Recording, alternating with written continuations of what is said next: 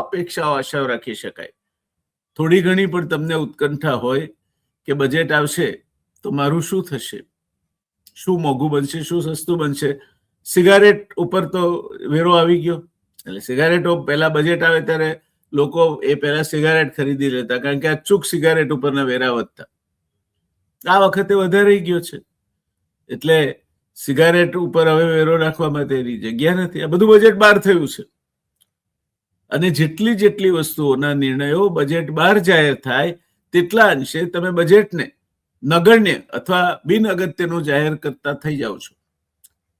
અને સરકાર પણ બજેટને ગંભીરતાથી નથી લેતી એવી છાપ જાણે અજાણે ઊભી થાય છે.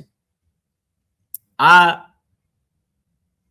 ઘટનાક્રમ ખાસ કરીને છેલ્લા 1.5 દાયકામાં જે ચાલ્યો છે તેને આપણને સરકારની બજેટ પ્રત્યેની ગંભીરતા, કેન્દ્ર સરકારની બજેટ પ્રત્યેની ગંભીરતા પ્રત્યે પ્રશ્નાર્થ ચિહ્નો ઉભા કર્યા છે.